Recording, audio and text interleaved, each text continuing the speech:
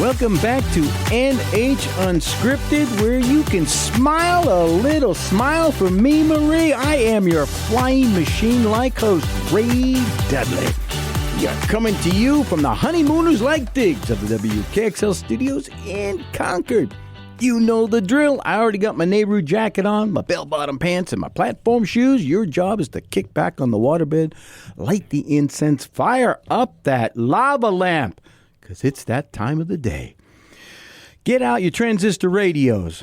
Poor kids got the 8 transistor. The rich kids got the 6, but the 16. No judgment on our part. You know that. Flip it on over 1450 AM, 103.9 FM in Concord, 101.9 FM for the beautiful souls in Manchester, and we got a URL. It's nhtalkradio.com, as if you didn't know. Well, I got to thank my sponsor first.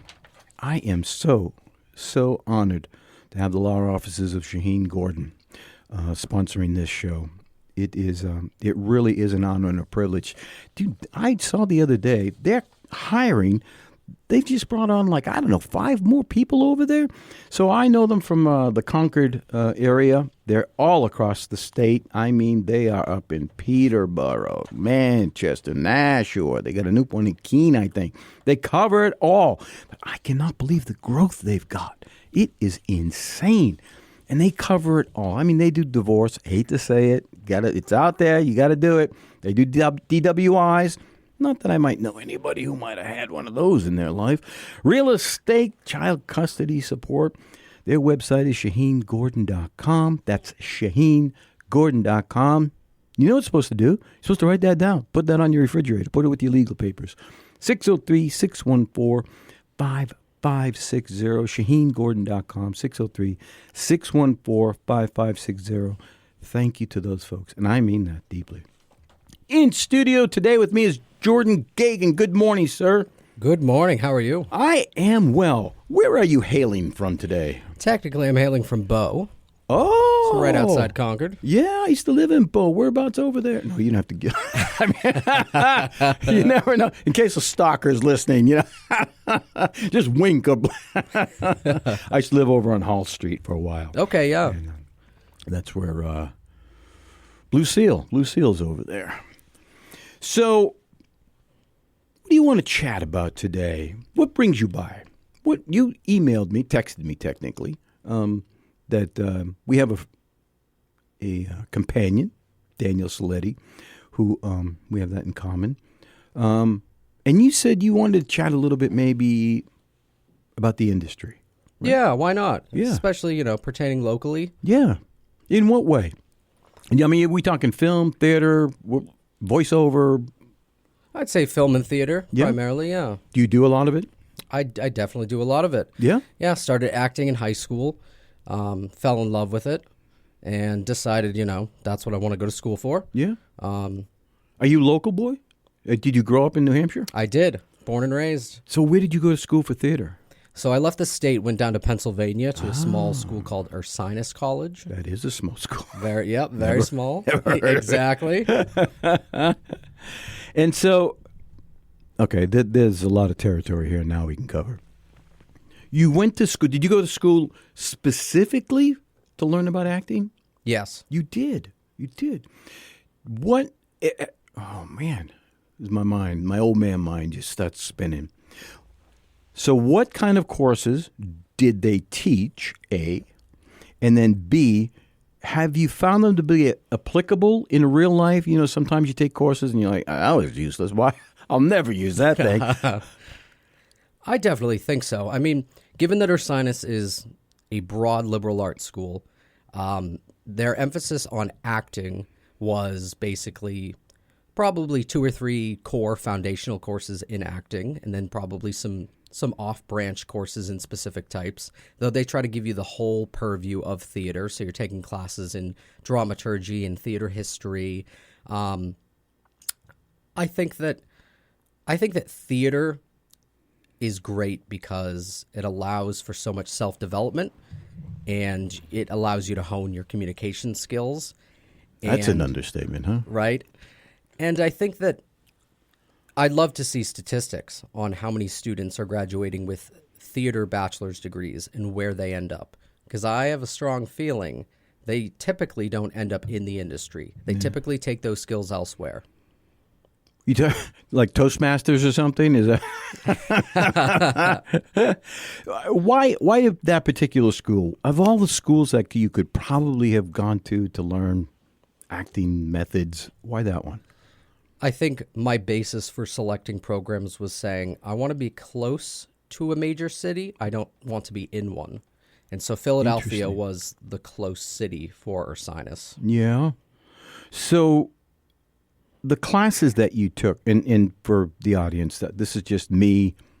I just love the mechanics of life and in theater and that kind of stuff. The classes that you took, have you been able to employ them in your life, in your theater world? When it comes to the classes I took when I was 18, 19 years old, probably not. Yeah? I mean, my focus then was just to party and have a good time. I was not as we have focused things as in I common. So when you went there, so now you take all these classes, you get your degree, and then you think you're going to employ these in your life. You're going to go out, you're going to hit the stage, the boards, and then what happens? Real life kicks in, and you're like, oh, this isn't anything like what I thought it was going to be. Well, it's interesting in my case because real life sort of kicked in before I earned my degree, which then led me to changing my major, I think, about 5 times. Wait, so you started for theater? I did. And then changed it? Yep. Okay. Yep. I started in theater. I ended up changing it to theater education. Okay. Changed it back to theater. Okay. Made a huge transition over to anthropology and sociology. Oh, I could see that. No. There's no linkage there for me, but go ahead. That is technically what I earned my bachelor's degree in, with a double major in theater since I had basically completed that. A double major in theater. Boy, you were getting serious. I was. Ended up going all the way to Las Vegas for a sociology PhD program. What? Yeah.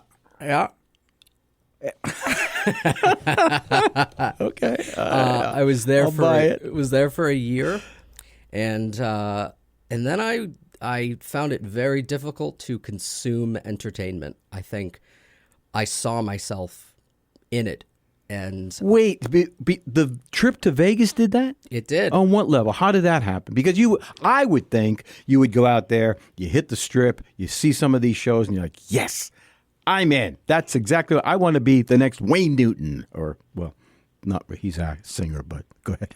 Go ahead. I mean, I really think that's exactly what happened. I went on the strip, saw a few shows, and I was like, maybe I should be acting. Maybe just studying human behavior for the rest of my life isn't exactly what I should be doing. Huh. So, study. No, that's funny because a lot of us in theater, that's what we do. Exactly. We do study. We go to the malls. We go to the parks. We watch people. We're always picking up tips to make our characters more real. So when you went to Vegas, was that enlightening or was it depressing? I thought it was extremely depressing.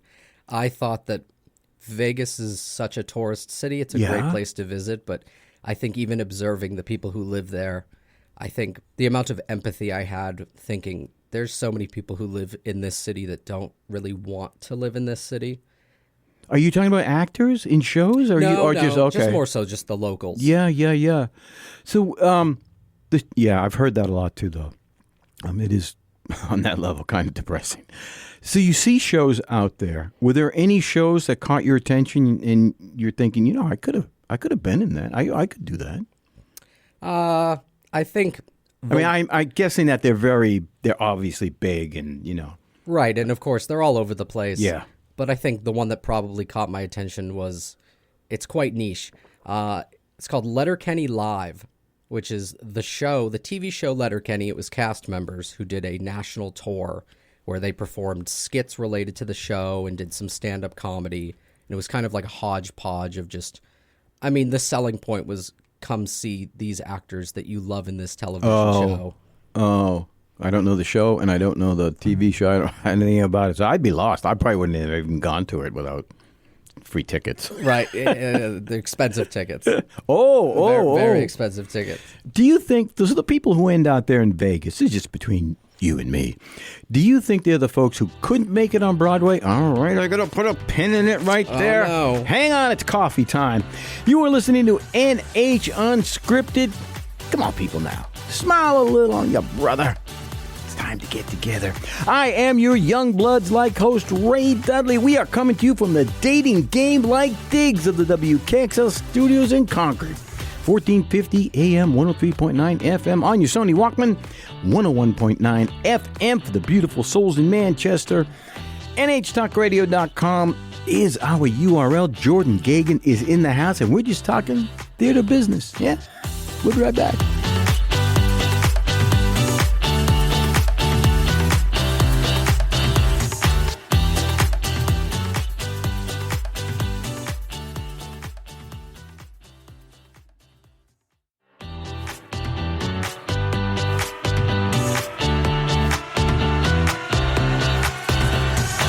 Welcome back to NH Unscripted. Hey, take a letter, Maria. I am your RB Graves-like host, Ray Dudley. We are coming to you from the YMCA-like conditions of the WKXL studios in Concord. My God, I can smell the pool chlorine from here. 1450 AM, 103.9 FM in Concord. NHTalkRadio.com is our URL, and I will give you the deets on what's happening out there a little bit later. Jordan Gagan and I are talking about theater, one of my favorite subjects. Jordan, are there shows that you have done or shows that you would love to do? I've done too many shows to count. Copious amounts? Copious amounts. Dozens. Amounts. You have? Yeah. Where? Other than at several universities, locally, yeah. I've worked with the Pittsfield Players in Pittsfield. Yeah. Right. I've worked with several theater companies up in Laconia. I've worked... Who? Like Interlakes or the Winnie? I've done a show with Powerhouse Theater. Yes. They're good friends of ours. Love Powerhouse. Yeah. I was a board member for Streetcar. You were? In Franklin? Technically Laconia. Okay. I've done shows with a now defunct theater that shall not be named. Oh. Yeah, we'll keep it that way. Okay. You could like tap it out on your wrist or something, like the... Yeah, right? That's all right. I think just saying that, anyone who would have recognized the name knows who I'm talking about. Okay. Done some shows with the Majestic Theater down in Manchester. Yeah, Rob Dion's group. Yeah. Are you mainly community theater, or have you done professional as well? I did one season of professional theater here in the state. You did? Where? Palace? Theater that shall not be named. Oh. Almost got him. Which do you prefer? Do you like the laid backness of like the community theater aspect, or do you enjoy the professional side? I mean, I know that there's obviously monetary on one side, but, as far as the ambiance and the way they treat you. I think that's a tough question because I think they definitely both have their benefits. They do, sir. I think, especially for people who may have been out of the game for several years, I think community theater is a great way to hop back in, get more familiar, and become more comfortable. Yeah. And of course, community theater is just where I started. I mean, especially while I was in school and I had free time, it was like, sure, do some community theater. At this point in my career, given that I'm just now wrapping up my MFA degree in acting, I think that professional is just what's right for me at this point. Yeah. But I have a lot of respect for community theater. I think it's very important. It's kind of like a AAA team, right? It's where you can kind of cut your teeth and, work on, if you're smart, you'll work on your acting prowess and, kind of be able to create characters willfully, and without a lot of pressure. I mean, the professional side, they expect you to come in already ready. Right. They want the kit. They want the package. They don't want you showing up going, I think I'm going to work on this today. They're like, no. We're 2 weeks and we're doing it. Right. So how do you lean in the theater world? Are you like one of those Shakespearean people who, I just love Shakespeare, can't get enough Shakespeare? Or are you like more of comedy kind of guy or just drama? Where do you lean? So I definitely love comedy. I think comedy has always been my sweet point as an actor. And I think that a big reason for getting my MFA degree was the fact that I love more dramatic, serious pieces, though I feel like my skill set was not necessarily there to just jump right into that. To the drama side? Yeah. Really? So you found that the comedy was much easier naturally for you? I think so. I think I consider myself like a naturally funny person. Not that being a funny person always translates directly to being, a funny actor. Yeah. Are there shows that you are very proud of that you want to tout? What were some of your more pleasurable experiences? I would say I did a production of The Play That Goes Wrong. You did? And Who did that? Don't tell me the theater that... Oh, my God. All right. I mean, we're talking about One Light Theater, now defunct. Okay. So they did it? They did, yes. I don't know anybody else who's done it. Andrew, you know anybody who's done it? Hang on, I got to wake Andrew up. What's that? Done what? Done The Play That Goes Wrong? I didn't even know it had been released. I mean, I didn't know anybody. Oh, yeah. Somebody did do that. Well, we know somebody. Somebody's in house who did it, but I didn't. I've never even heard of it. I'm shocked. I saw it on Broadway, and then I did not know anybody else could even do it. So kudos to you, Jordan. I mean, it can be a technical disaster of a show to do. I mean, it's supposed to it look like it. Yeah, it's basically the new noise is off. Yeah, no kidding. It's hysterical, too. Oh, my God. I saw it on Broadway. I know I already said that, but just thought I'd drop that in there. It was crazy. Crazy what they pull off. I can't imagine doing it, trying to pull that off regionally, because it looks like it would be just a nightmare to kind of put together for reasons that, technical reasons. So besides that, are there other comedies like The Producers or something that you've been in or you want to do? That what's on your clock here? I think it's tough because I think that, but in addition to a big reason for getting my MFA degree in acting was that I wanted to get more into screen work. And I really had no experience with it. Screen work? Yep. Okay, that's a jump. That's not theater. That's very interesting. So are you saying that you want to kind of get away from theater? Is that what you're I don't think I ever really want to get away from it. Yeah? I mean, my heart is always on the stage. I think even going a semester or two with a focus on screen, I start to miss the stage because it's so different. Boy, that's another understatement. So different. My goodness. Have you done screen stuff at all? I have. The last 6 to 8 months, I've done a handful of short films, student films. Locally? No. So my MFA degree has been taking place over in Scotland. So that's where I've mostly been the last 2 years. What? How did that come about? Scotland? Well, I mean, I jumped to Vegas. Well, yeah, but that's still like landlocked. I mean, that's continental. How in the world, what was the pull? How do you even get involved in something that's over there? Did you find a website and like, oh, you know what? I'm going to audition for this and maybe they'll fly me out.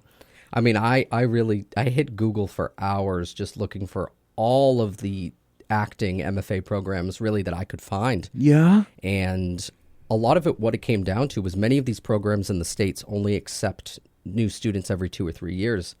And so for the specific fall semester I was looking to start, I think that knocked out all of the Boston schools, most of the New York schools. So I really was applying to everywhere else. So you end up going to school in Scotland. Yep.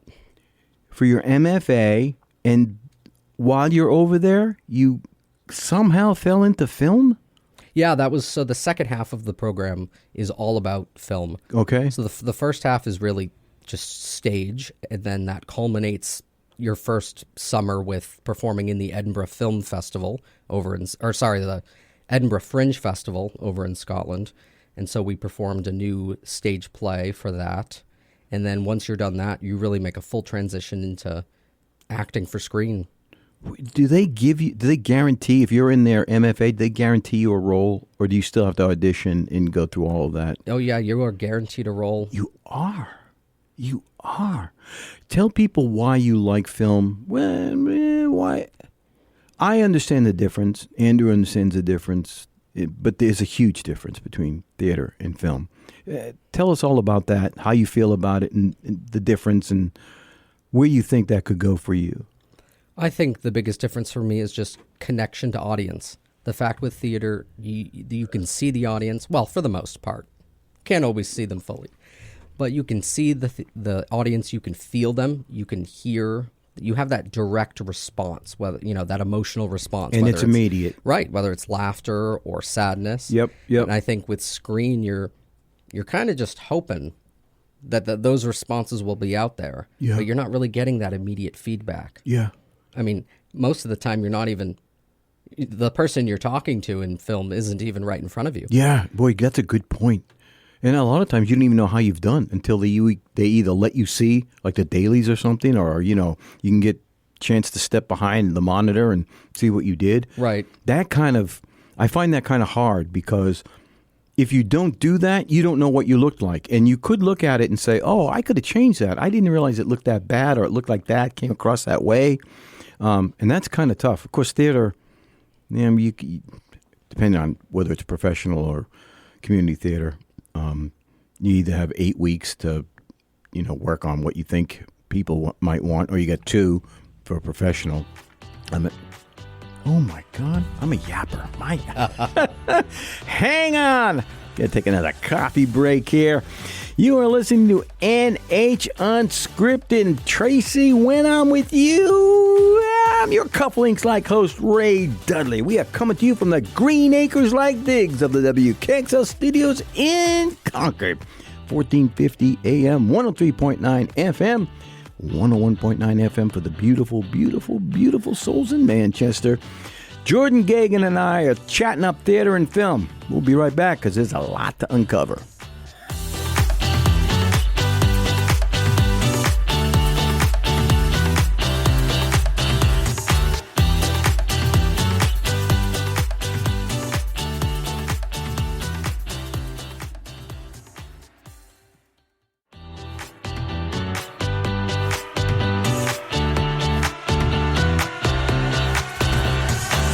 Welcome back to NH Unscripted. Our motto is gimme, gimme good lovin'.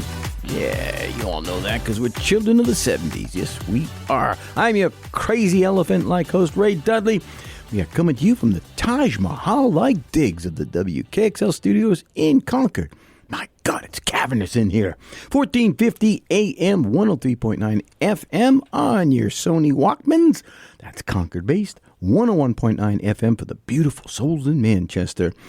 And I just want to thank my sponsor one more time, the law offices of Shaheen Gordon, because everybody ought to know a good attorney. I'm telling you, stay on this planet long enough and either you or somebody you know is going to need a good attorney. Yeah. Jordan, my friend. Film and... I want to put a plug in here. I don't know if you've been out to a website called Casting Network.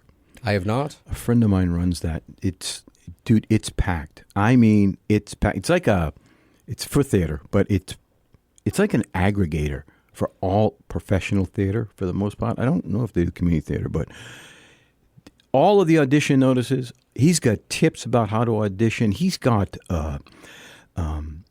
opening dates. Shows, he breaks it down by region. It's a fascinating website, castingnetwork.net.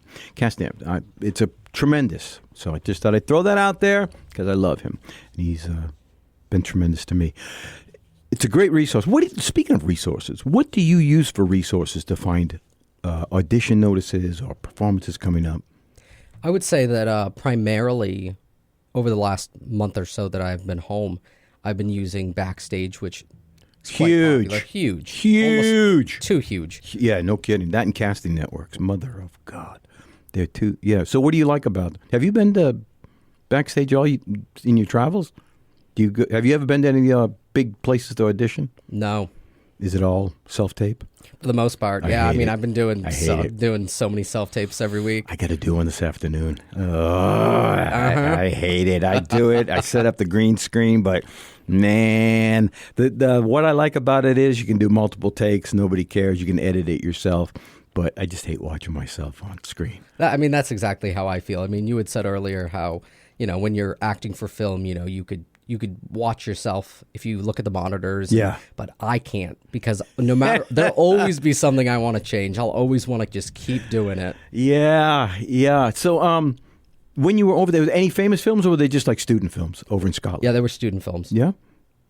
Are they now in your resume? You got them like listed backstage? Well, yeah, they're in my resume. Good for you. On my website. Good for you. Wait, you got a website? I do have a website. Dude, throw that out. Let us know it. Of course. So it's jordangagan.com. So it's JORDANGAGAN.com. What are people going to find out there?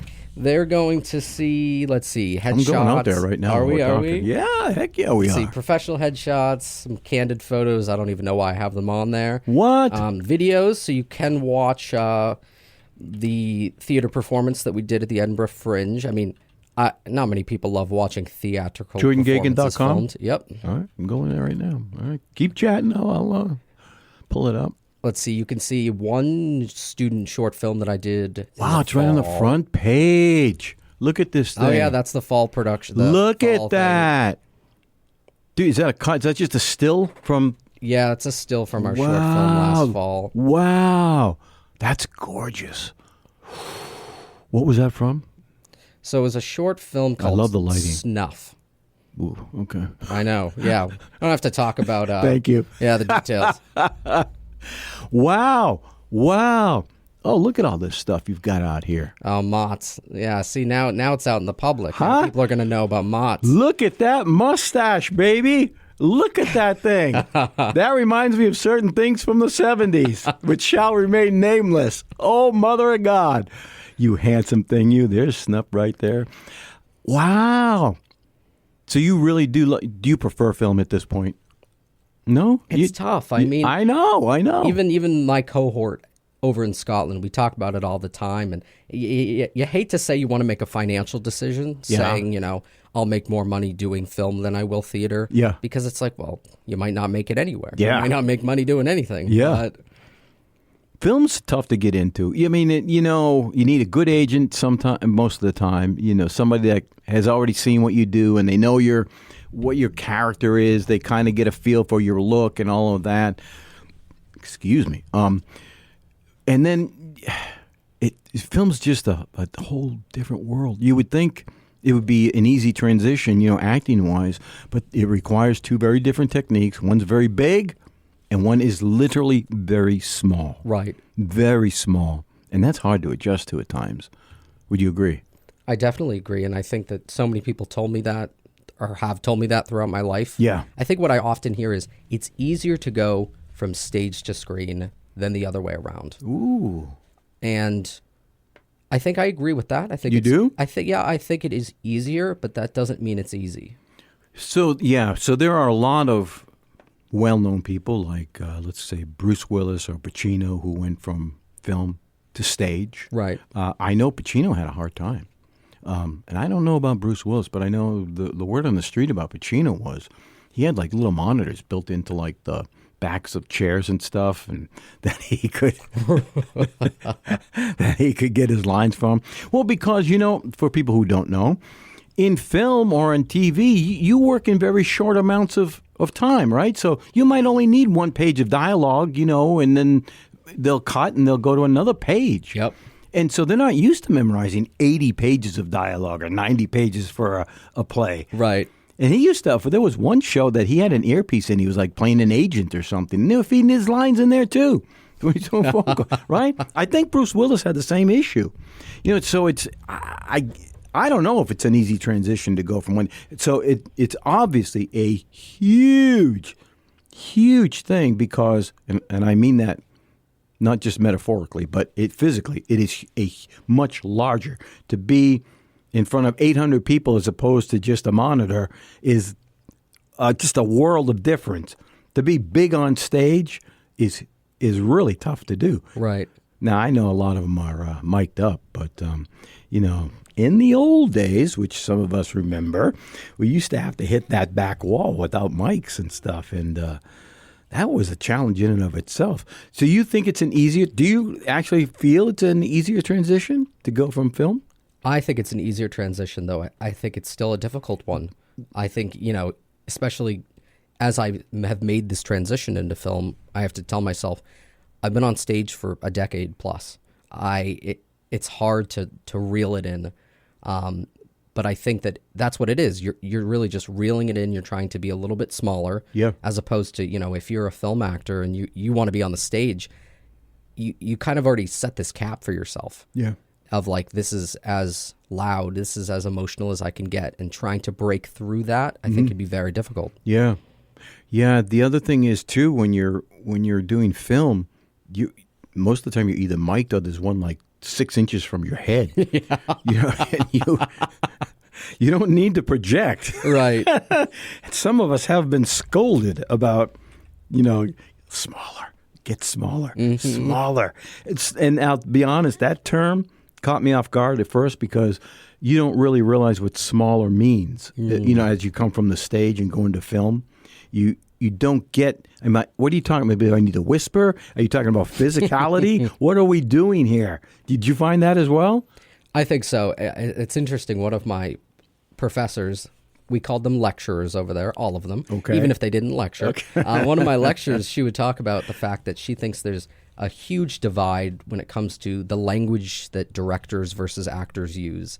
And very often directors will say certain things and they're like, do you understand what I mean? And I think actors are so trained to just be like, yep, got it. Yeah. When I think in their brains, they're probably thinking, well, it could mean X, Y, or Z. I'm just going to, let's go with X and see if it's what they want. Is that because of the medium? Is that because, of the way because in theater, they just go, okay, we're going to redo that. Try it again. Right. But in film, they'll go, okay, we're going back to one. Go back to your mark and all of it. There's no marks in like there. They're just like, okay, we're just going to run that scene again. Right. So do you find that to be is that the issue or? I think that's definitely a big part of it. I think that on the technical side of film, their language is so precise. And I think for actors, there's not too many actors who simply work on stage or screen. I think a lot of actors are doing both. And I think that while they try to familiarize themselves with language from both worlds, I think that very often that very technical language of film can be very difficult for actors to understand, especially if they're trying to make a similar transition like I have. Yeah. Oh my God. Dude, we are just chugging down that railroad. Let me tell you. Hang on. Take a sip from coffee one more time. Make some money for the station. We got to take a break. You have been listening to NH Unscripted. We got one more block to go. Yes. Have I the right? Oh, yeah, another song from the 70s. I am your honeycombs-like host, Ray Dudley. We are coming to you from the Twilight Zone-like digs of the WKXL studios in Concord. I can hear that theme song in my head. 1450 AM, 103.9 FM. NHTalkRadio.com is our URL, and I'll chat up what's happening out there when we get back. Jordan Gagan's in the house, chatting with me.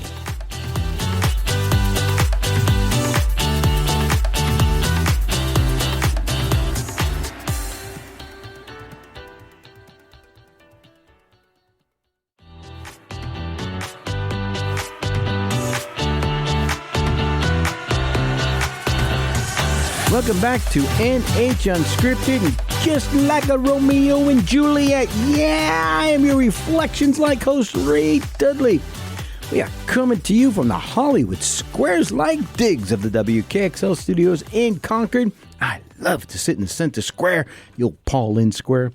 1450 AM, 103.9 FM on your transistor radios, 101.9 FM for the beautiful souls in Manchester, and out at our URL, nhtalkradio.com. There's a button that you can click where you can listen to this show live every Wednesday and Friday morning at 9 a.m.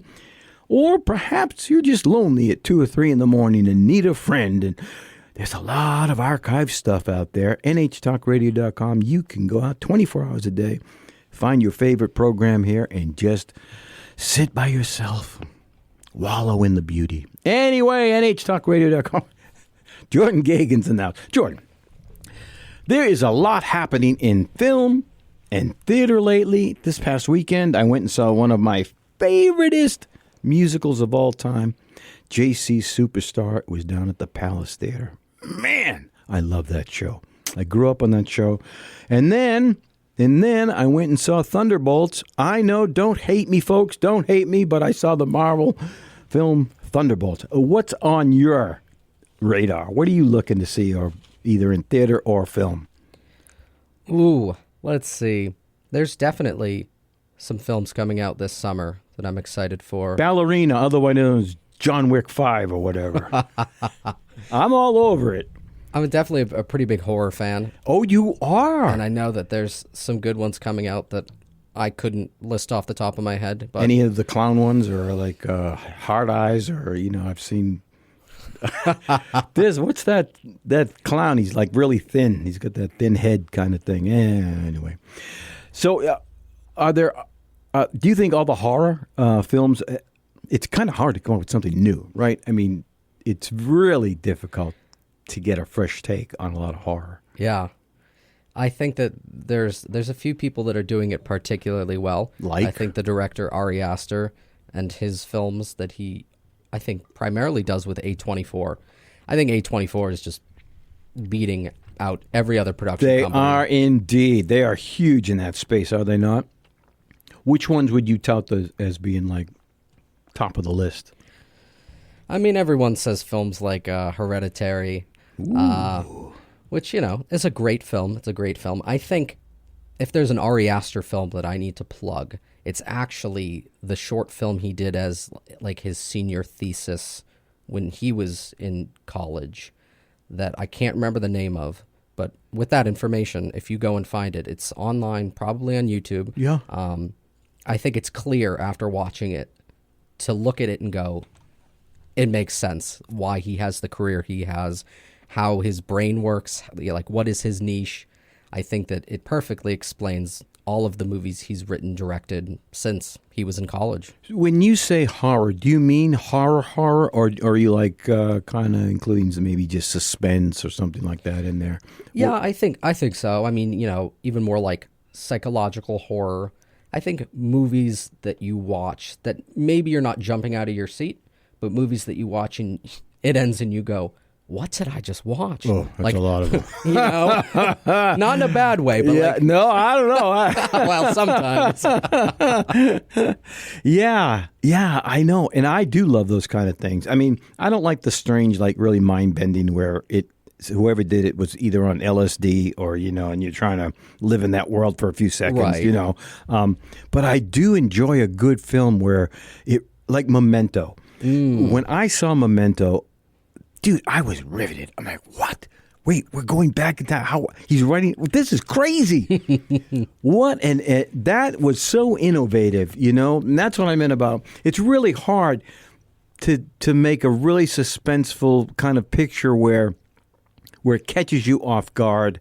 And it's not just a trope, Right. They're not just hacking off a limb and you're not screaming at your screen. Don't go into the barn. Don't go into the barn. Right.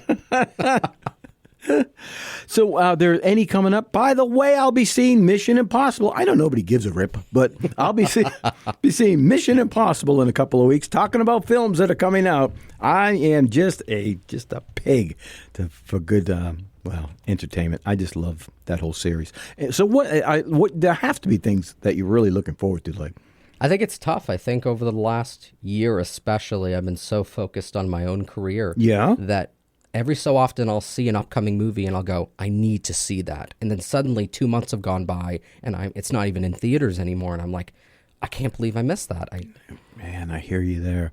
What is on your personally? How you have auditions coming up? What's going on in your life? What you said you're anticipating your own stuff here. What's happening? Well, so technically I am still in my program. We have a third, oh, you are? Yeah, we have like a third trimester that technically is like June, July. What do you want, sabbatical? We're on a break right now. Thank you for being here. Yeah, then. right. Wow. It looks like I'll probably be trying to finish out my program here because our last few projects can kind of be done anywhere. Yeah. And since I love New England, I'm born and raised here, I think that really just trying to, as much as I can, stick to the theater and film scene here is preferable. I mean, I do a lot of writing. I do. You do? I do. When you say writing, what are we talking here? Books, plays, screenplays? What? Screenplays, plays. The only thing published thus far is I published a poem like 8 years ago. So I'm not going to toot my horn too much about That's that. all right. Toot away, buddy. Toot away. But yeah, I mean, I finished writing a rough draft of a script yesterday that's sitting at about 25 pages right now. Theater or film? Film. Yeah, okay. And it actually serves as kind of a sequel to this Mott's video I have on my website. Yeah. Dude, you got a lot of photos out here. It's really great. Yeah. Great shots. Yeah, you've got some stage. I'm not even going to ask about this one right here. Yeah. No. Yeah, there's something people make fun of me because they say, "Why is it in so much film and so many stage productions you're always eating?" Like there's you always got food in your mouth. Oh, as if that's a bad thing, right? Come on. Some of us it fits our character. Tell me about Mott's, because you brought it up several times. What's going on there? So it was a class assignment. The parameters were shoot a video on your phone about anything, 60 seconds. I think before I uploaded it, it was 60 seconds. Now it says it's 61. Yeah, I don't think they knocked me down any points for that, but it's a film. I mean, it's a very short film that could have used more editing, color grading, things like that. Well, you're pretty proud of it. It's out at your website. I am. I think it encapsulates my style of humor. That I probably have 5 or 6 other scripts in that same vein of humor that I plan on filming myself, because a lot of it is just one character. Yeah. I don't need other actors. Yeah, quite proud of it. I mean, it's somewhat embarrassing, maybe. I don't know. No shame. I'm an actor. Apparently not. No shame. I'm staring right at it. Yeah, right. Before we go too far, give us your website again, your personal website. Sure. So that's jordangagan.com. JordanGagan.com. So you said Backstage is the one that you use the most to get a lot of your auditions. Are there any others that are specific, like Backstage it's pretty encompassing. Right, and so many postings, they're casting nationally, so you're not just I competing get, it comes to locally. my email, it's like, oh, you have 238 new, and I'm like, no, I don't. Do you not, do the parameters of the algorithm not weed these out? Right. I would tell people on Facebook specifically, there are definitely New England groups for theater, for film. I say definitely try to find those groups. Probably fill out a few questions, and someone will add you as a member. Yeah. There's other sites I like too, like Actors Access. Casting Networks is just great. Some of them you have to pay for. A lot of them they have a free version. Right. It just depends on how active you want to be and stuff. One of the things I do like about a lot of film is you get paid for a lot. I do like getting paid. Have you done commercials? I have not. What? I was supposed to. Over in Scotland. It was for a charity shoot. Yeah. Though I had a short film shooting that same day. Couldn't make it. Oh, man. Commercials are great. You're in, you're out. They ask you to book for 8 hours, but I've been on some sets half an hour. And they let you go. And I cash the check. Without guilt, I might add. Happy to cash that check. So what would you have for tips for people? Because you're going through this growing process. Ooh. A cliffhanger. Next time. Dang, I talked too much. I had questions. You have been listening to NH Unscripted. We are not yet in the year 2525. I'm your Zager and Evans-like host, Ray Dudley. We are coming to you from the Gong Show-like digs of the WKXL studios in Concord. No, I am not the unknown comic. 1450 AM, 103.9 FM on your Sony Walkmans, 101.9 FM for the beautiful souls in Manchester. NHTalkRadio.com is our URL. Jordan, your URL one more time. Sure, it's jordangagan.com, JordanGagan.com. Thank you, sir, for being here today. All right, I'll catch you on the next one. Adios.